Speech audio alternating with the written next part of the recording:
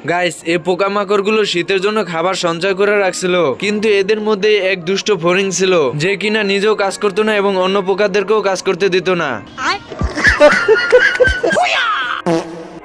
দুষ্ট ফড়িং তো পোকাকে উল্টাপাল্টা বুদ্ধি দিতে থাকে যাতে পোকাটি কাজ না করতে পারে। কাম কাজের দরকার না, আমি কামের ডরে পাগল হইছি, কাম করে খাওয়াম না, বাংলা কথা শেষ।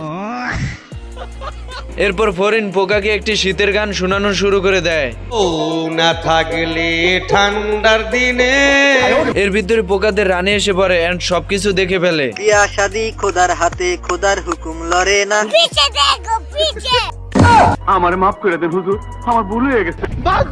রানী ফড়িংয়ের উল্টাপাল্টা কাজ দেখে রেগে গিয়ে ফড়িংকে বলতে থাকে, এই ছেলে, তুমি আমারে লাইনে আসলে অবশ্যই কল দিবা। ও মাইয়া, তুই ঠিকই ধরছস, আই জায়গা পাট খেতে। আই স্টুপিড, কি সব বাজে বকছো?